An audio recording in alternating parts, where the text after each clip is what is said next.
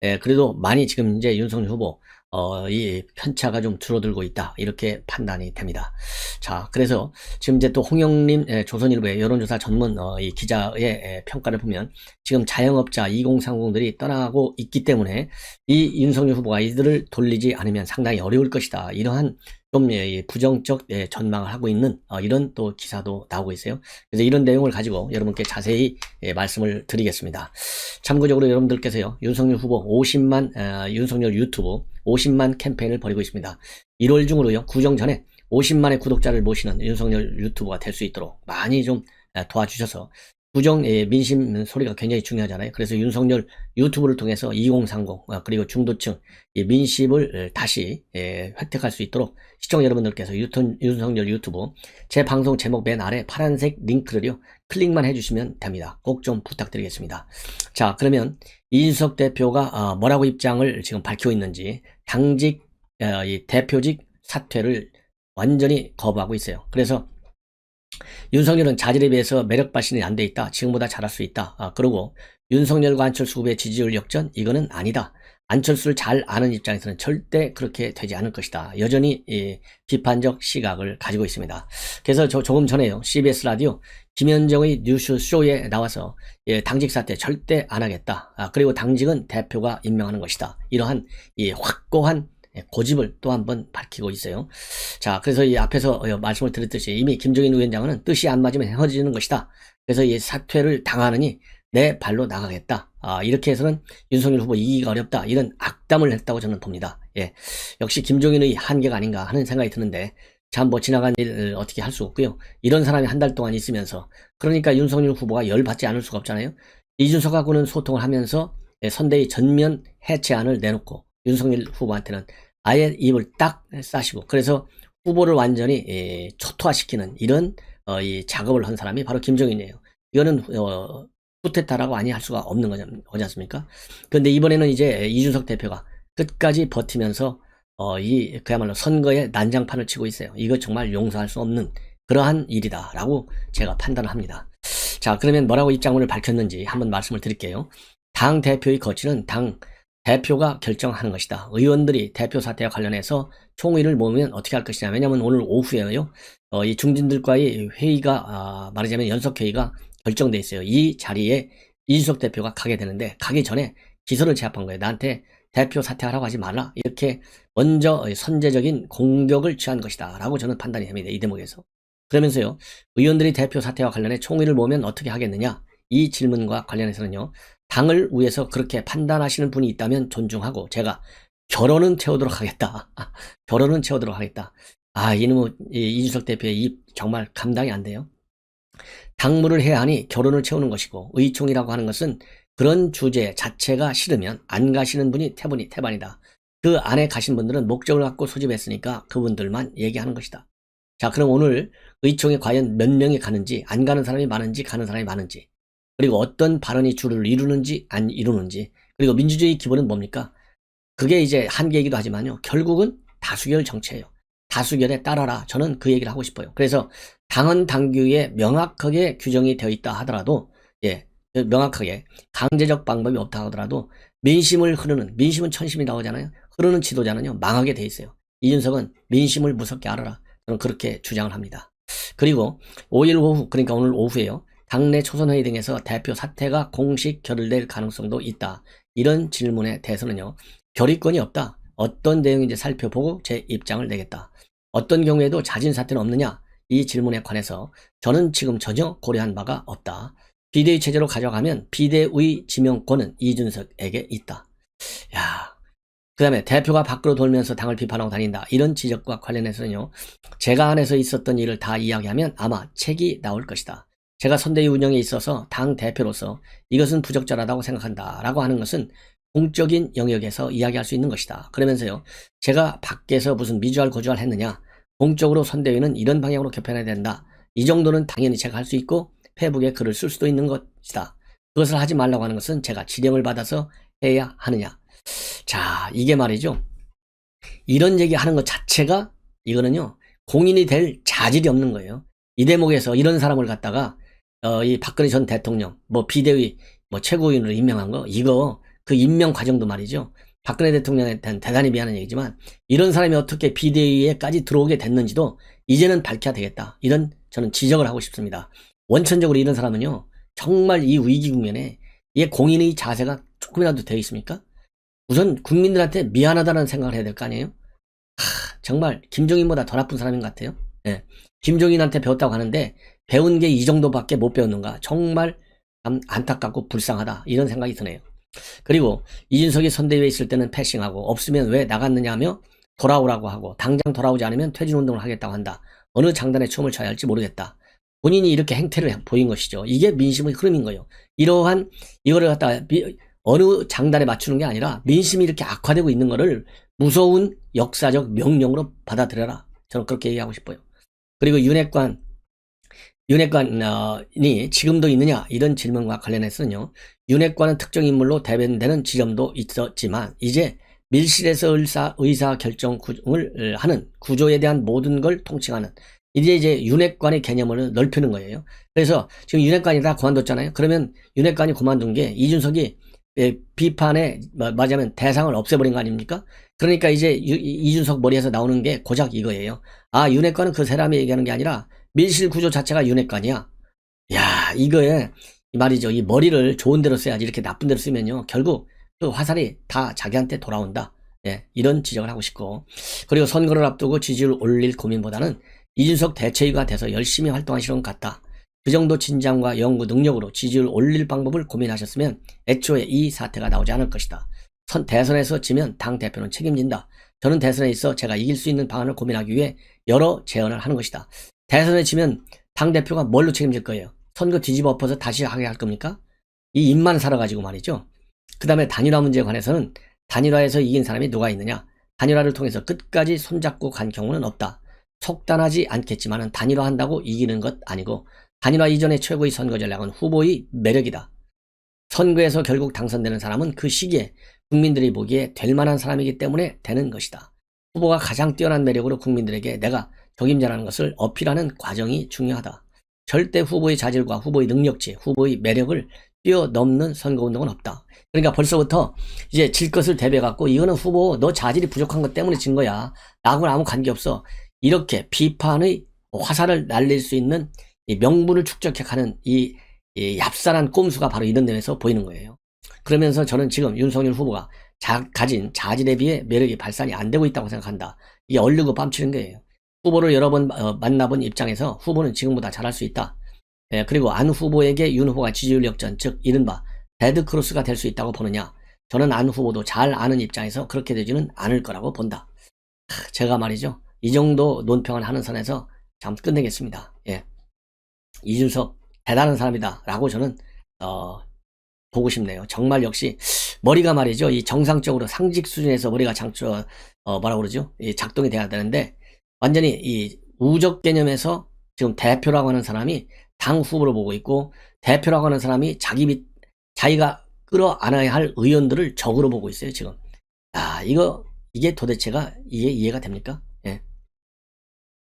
그리고 또 뭐라고 되어 있냐면 당 초선 의원이 60명이 되는데 초선 모임에는 10분 20분 정도 가는데 그런 상황에서 나온 목소리가 대부분의 의견으로 포장된다 이렇게 지적을 하면서 당내 7, 8알이 이 대표가 백의종군해야 된다는 생각이라는 김경진 전 의원의 지적에 대해서는 입당을 하셨나 오신 지 2달인데 당내 분과 그렇게 교류가 많은지 들은 바 없다.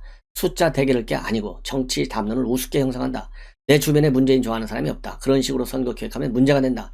내 주변에서 평가한다면 뭐라 하겠나. 이런 입장을 내놓고 있는데요. 이게 다 본인한테 해당되는 것 같아요. 예. 그러면 이러한 이제 상황에서요. 김재원 최고위원이 오늘 TBS 라디오에 출연했어요. 자, 대표가 사퇴하지 않으면 강제적으로 어떻게 할 수 있는 방법은 없다. 예. 자, 이러면서요. 뭐라고 그럴까요? 더군다나 지금은 대선 전이기 때문에 그런 꼴사나운 모습을 연출해서 국민의 지탄을 받을 가능성도 있기 때문에 무리한 수단으로 어떻게 해서는 안 된다고 생각한다. 이준석 대표는 사퇴할 의사가 없는 것으로 저는 생각하고 있고 이 대표도 어쨌든 후보의 당선을 위해서 스스로 생각이 있고 또 노력할 의지도 있는 것으로 알고 있고 이 대표가 윤 후보 당선을 위해서 노력하겠다는 말도 여러 차례 했기 때문에 결국에서는 선거를 돕는 방향으로 나서지 않을까 기대한다. 저도 뭐 김재원 최고위원 이런 얘기 별로 신통치 않다고 봅니다. 그리고 윤석열 후보가 이 쿠데타다 이렇게 언급했다라는 보도와 관련해서는 김준일 위원장이 자신의 뜻을 관철한 것이 맞다고 판단하고 독자적으로 결행한 것이 아닌가 그렇게 보이고, 윤석열 후보는 차제 그렇게 선대위 해체까지 공식화되어 버렸으니 이번 기회에 보다 윤석열답게 선거운동을 할 수 있는 체제로 만들자 하는 방향으로 가고 있다. 지금 이 상태로 그냥 가서 해답이 있는 건 아니니까 윤석열이 처음에 정치 일선에 참여할 때의 그 신선한 모습으로 만들어보자, 그런 의미가 아닐까 생각한다. 이렇게 입장을 밝히고 있습니다. 자, 그러면요, 데일리한 여론조사 공정에서 발표한 여론조사 결과를 지금 말씀을 드리겠는데요. 이것은 지난 31일부터 1월 2일까지 실시한 정례 조사입니다. 여기를 보면요, 지금 이제 윤석열 후보는 36.8, 그리고 이재명은 39.9인데요. 윤석열은 전주에 11월 마지막 주에 37.5에서 36.8로 약 0.7% 정도 빠졌고요. 이재명은 39.1에서 39.9, 그래서 0.8%가 올라갔기 때문에 미세한 이 변화에 불과하다 이렇게 보이고요. 이러한 변화와 관련해서 여론조사 공정의 서요한 대표의 평가는 이재명 후보가 상승한 것은 최근 호남계 비문 인사들 12명이 복당하고, 그리고 이낙연 전 대표가 이제 공동 행보에 나선 것, 그래서 원팀 행보에 탄력이 붙었기 때문에 이재명 후보가 다소 상승했고, 그리고 윤 후보의 이러한 이 하락과 관련해서는요, 이준석 대표가 이 미복귀 이것이 장기화되고 있고, 그리고 당내 내홍 자중 질환 때문이다. 그리고 안철수 후보가 조금 올라가고 있는 것은 윤 후보의 실점에 대한 이 반사 이익, 그리고 미래가치 제시에 따른 중도층과 2030 세대의 지지 증가 때문에 이 안철수 후보가 좀 올라가고 있다, 이런 평가를 하고 있습니다. 자, 그리고 지역별로 보면요, 전반적으로 지금 이재명 후보가 충청권하고 PK권 두 지역에서만 앞서고, 나머지는 전부 이재명 후보가 앞서고 있습니다. 윤석열 후보의 유튜브 방송 윤석열 유튜브 지금 50만 캠페인을 벌이고 있습니다. 제 방송 제목 바로 알아요. 이 파란색 링크가 걸려 있어요. 그걸 꾹 눌러주셔서 구독을 좀 눌러주시면 대단히 고맙겠고, 주변에도 많이 권유해 주시기를 당부드립니다. 야말로 정권교체의 상징체로서 윤석열 유튜브 빨리 50만 이 구독자를 모시고 매진할 수 있도록 많이 도와주시면 대단히 고맙겠다는 말씀을 드립니다. 자, 그리고요, 오늘 이제 선대위 내용 뭐 이준석 대표는 뭐 제외하고 일단 싹 정리가 될 것 같습니다. 제가 어제 심야 방송을 통해서도 말씀드렸는데, 우선 김종인 배제 이게 확실히 됐고요. 그 다음에 윤석열 후보가 오늘 그래서 11시에 입장을 밝히게 되고요. 그동안에 윤핵관으로 지목이 됐던 윤한호, 그 다음에 권성도 모두 사퇴 의사를 표명했습니다. 그리고 이 사퇴를 윤석열 후보가 전부 다 받아들인다 이렇게 되어 있고요. 그 다음에 김병준과 김한길 이런 분들도 사의를 표명했는데, 일부 보도를 보면 재신임할 가능성이 있다는 보도하고요. 아니면은 전부 사의를 수용을 하지만은 물밑에서 도와주는 것으로 이 방향이 잡히고 있다, 이렇게 지금 알려지고 있고, 선대위는 해산이 되지만, 선대위가 해산된다는 얘기는요, 총괄본부 위원장, 그 다음에 상임위원장, 상임위원장의 이준석과 김병준, 그 다음에 공동위원장 공동위원장 한 10명쯤 되죠. 이런 분들 전부 자연스럽게 해촉되는 수순을 밟아요. 왜냐하면 보직이 없어졌으니까. 그런 식으로 지금 정리가 되는데, 그래서 선대 본부만 지금 이제 운영한다 이렇게 돼 있거든요. 그럼 선대 본부장에는 권영세 의원, 권영세 의원은 사선에 용산 지금 지역구로 두고 있죠. 이 사선 의원이고, 지난 2012년도 박근혜 대통령 때 총괄 상황실장을 했어요. 그래서 선대위를 직접 운영한 경험이 있는 것이죠. 그래서 이 권영세 의원을 말하자면 선대 본부장에 내정한 것으로 지금 알려지고 있습니다. 물론 일각 보도에서는 원희룡 전 제주지사를 임명한다 이런 보도도 나오고 있어요. 그런데 제가 보기에는 이 권영세 의원으로 낙점이 된 것으로 저는 추정이 됩니다. 자, 이렇게 큰 흐름을 보고 여러분들께 관련 내용으로요, 이분들이 뭐라고 얘기하고 있는지 직접 이 코트에서 여러분들께 인용해서 보도해 드리도록 하겠습니다. 먼저 말이죠, 우리 선대위 관련 내용을 말씀을 드리기 전에 역시 김정은답다. 김정은이가 말이죠, 지금 방금 동해상으로 이상 발사체를 발사했다, 이렇게 우리 합참이 발표를 했어요. 그래서 이번 이 발사체 지난 10월 19일 날 SLBM을 발사한 이후에 78일 만이로 돼 있는데 일본하고 달라요. 일본은 위상 발사체라고 안 하고요. 북한으로부터 탄도미사일 가능성이 있는 것이 발사됐다. 이렇게 오전 8시 13분에 일본 해보청이 해상보안청이 발표를 했습니다. 제가 보기에는요, 이 미상 발사체는 우리 문재인 정권의 이게 특징이잖아요. 김정은이 무서워가지고 탄도미사일을 미사일이라고 못 부르는 대한민국 사상 초유의 정권이 바로 이 문재인 정권이에요. 야, 이거 하나만 보더라도 아니 국가 대통령이 일국의 대통령이 할 일이 가장 중요한 게 뭡니까? 물론 경제 살리기 중요하죠. 그러나 경제보다 더 중요한 것이 뭐예요? 국가 안보를 지키는 거예요. 국가가 안전하게 지켜져야만이 경제도 발전시키고 있고 문화도 발전시키는 거 아니에요? 대한민국이 무너졌는데 어디에서 경제가 나오고 문화가 나오겠어요? 여러분들 베트남 때 다 봤지 않습니까? 나라를 지켜야 돼. 근데 김정은이가 탄도미사일을 쏴도 탄도미사일이라는 말을 무서워서 못해. 이게 문재인 대통령. 그 밑에 있는 국가안보실 NSC. 그 밑에 있는 국가정보원. 그 밑에 있는 대한민국 국방부가 하는 일이 바로 이러한 일이에요. 그러니까 이거 하나만 보더라도 시청자 여러분 어떻게 해야 되겠어요? 무조건 하고 정권을 교체해야 돼. 무조건 하고. 예. 우리 국민의힘 선대위가 어쩌고 저쩌고 이거는 한참 저 밑에요. 이렇게 나라의 안보도 못 지키고 나라의 경제도 못 지키고 예. 문화도 정치화시키고 BTS 데리고 다니면서 뭘 했는지 여러분들 아시잖아요. 이 불붙은 한류를 정치화시킨 정치적으로 오염시킨 정권이 문재인 정권이에요. 역대 대통령 중에 이렇게 BTS 같은 세계적인 이 일종의 문화사절단이라는 문화대사 자기 정상회담 때 정상회담이 얼마나 인기가 없으면 BTS를 데리고 다니겠어요. 이게 문재인 정권. 이것만 보더라도 말이죠. 시청 여러분들, 자영업자 여러분들, 그리고 청년 여러분들 이때가 아니고서는 대한민국을 제대로 살려낼 수 없다. 살려내는 유일한 길, 애국하는 유일한 지금 스타팅 포인트는 바로 문재인 정권 심판하는 거예요. 여러분들 그래서요. 윤석열 후보에게 부족한 점이 있다. 부족한 점이 많다. 실망했다. 이런 인식을 갖는다 하더라도 그러한 윤석열이가 이재명보다는 100배 만배 낫다라는 점을 다시 한번 저는 밝히고 싶습니다. 자, 그래서 이 미사일 발사와 관련된 여러 가지 기술적 재원, 이것은 이제 보도가 나오는 대로 여러분께 바로바로 말씀을 드리고요.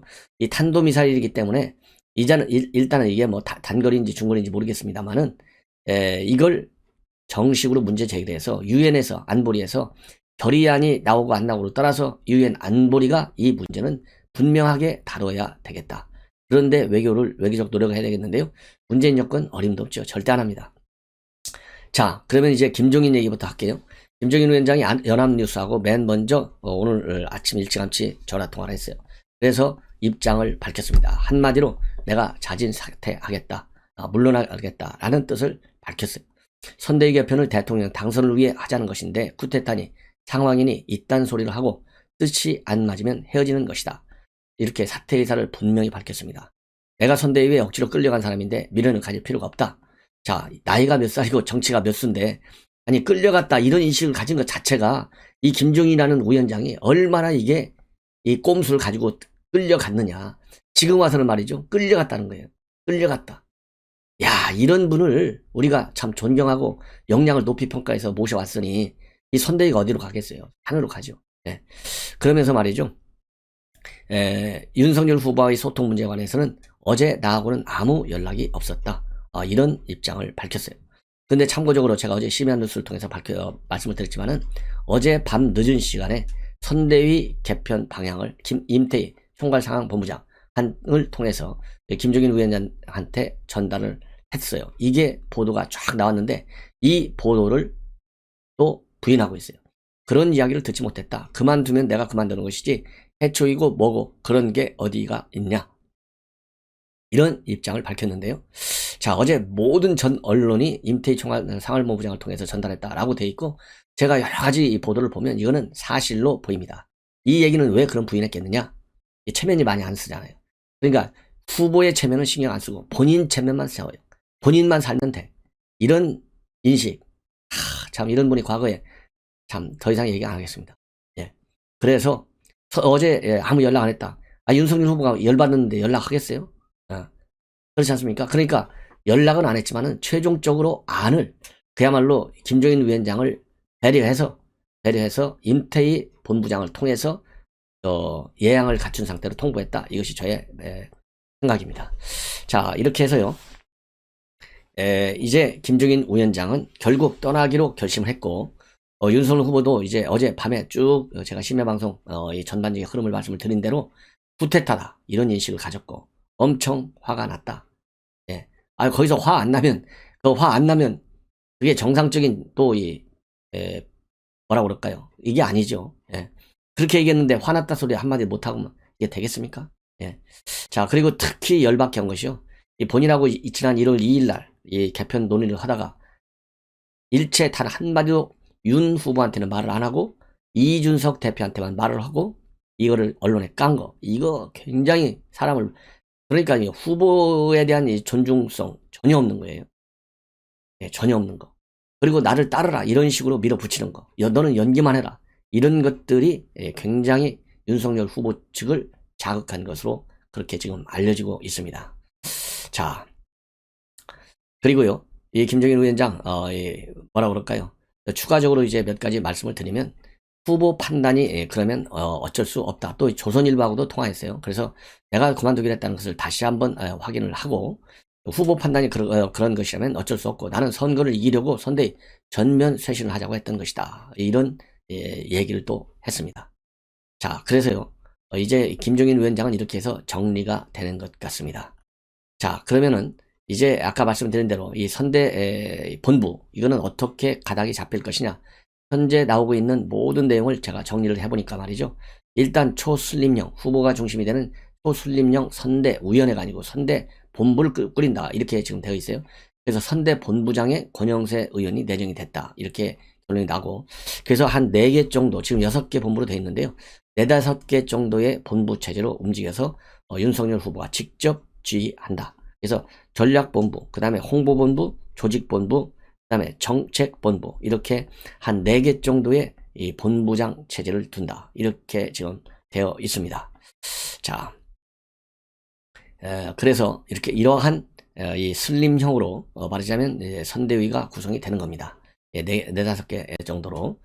그리고 이 선임 본부장으로는요, 이 원희룡 지사가 선대 본부장이 아니면 선임 본부장으로는 이 원희룡 전 제주지사가 검토가 되고 있고, 그리고 이 새시대 위원회하고요, 이 선거본부가 이렇게 이제 하나로 뭉치는, 왜냐하면 이 새시대 준비위원회를 선대위 밖으로 둔 것은 김종인 위원장이 하도 뭐라 그럴까요?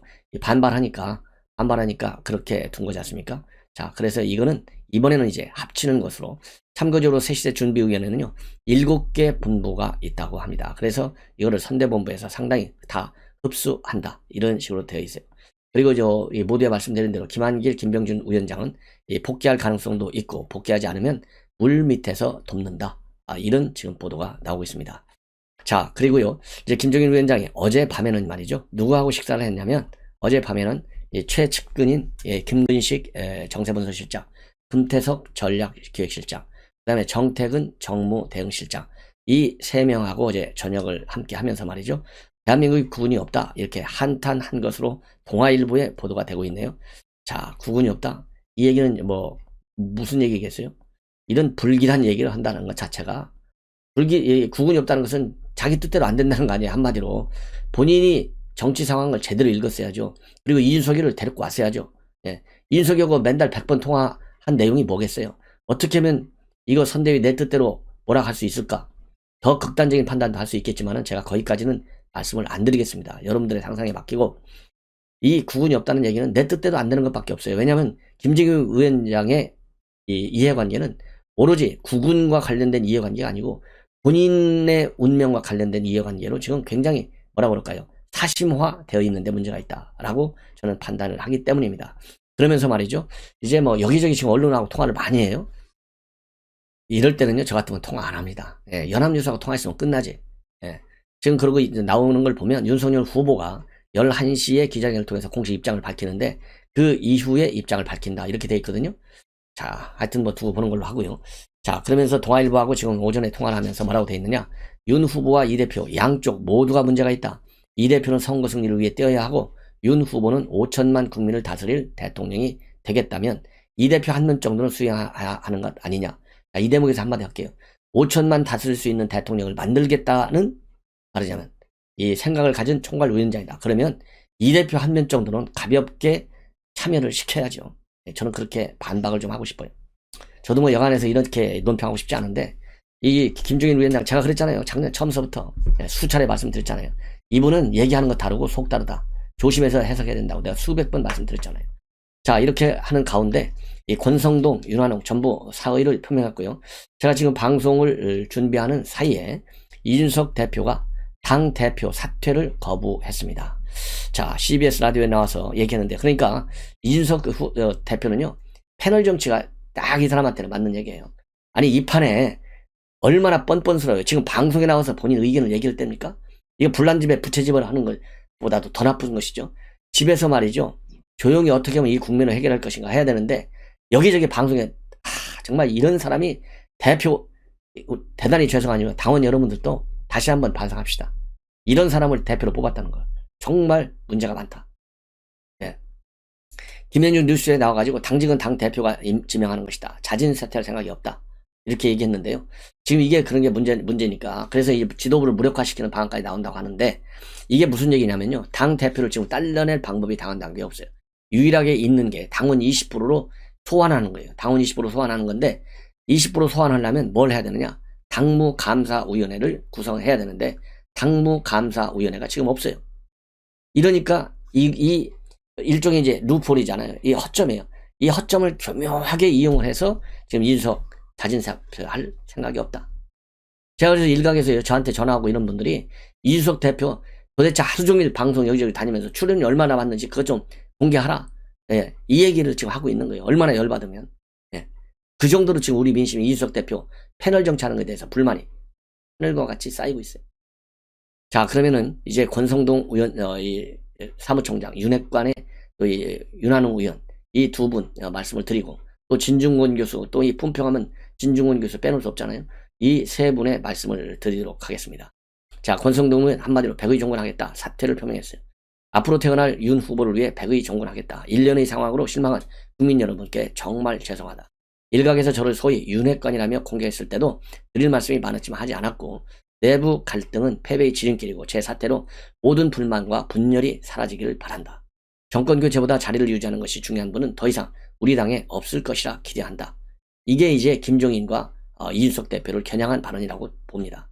그런데 그래도 김종인은 나가지만 김종인 자리가 없으니까 저절로 나갈 수밖에 없죠. 근데 이준석 안 나겠다는 거 아니에요? 이제 소환으로 들어가야 된다. 이런 생각이 듭니다. 이것이 정권 교체를 바라는 대다수 국민과 당원의 생각임을 명심해야 한다. 우리 당이 무력할 때 나홀로 문재인 정권에 맞서 1인 야당의 역할을 하며 피 흘리며 싸운 게 윤 후보고, 모두가 절망에 빠졌을 때 정권 교체의 한 줄기 희망을 줬다. 좌초한 국민의 힘을 다시 살릴 사람은 윤석열밖에 없다는 판단하에 모든 노력을 기울였고, 제가 그동안 윤 후보를 도와 여기까지 온 것은 오로지 정권 교체를 위해서였다. 경선 과정에서부터 우여곡절이 있었지만 저는 항상 우리 당의 큰 변화를 이뤄낸 이준석 대표님과 좋은 관계를 유지하려고 했고, 김종인 위원장을 모시기 위해 절치부심 노력했다. 그러면서 부디 달라지는 윤 후보를 지켜봐달라. 감사하다. 이렇게 입장을 발표했습니다. 자, 이제 권성동 의원 더 이상 설명 안 해도 여러분도 잘 아시겠죠?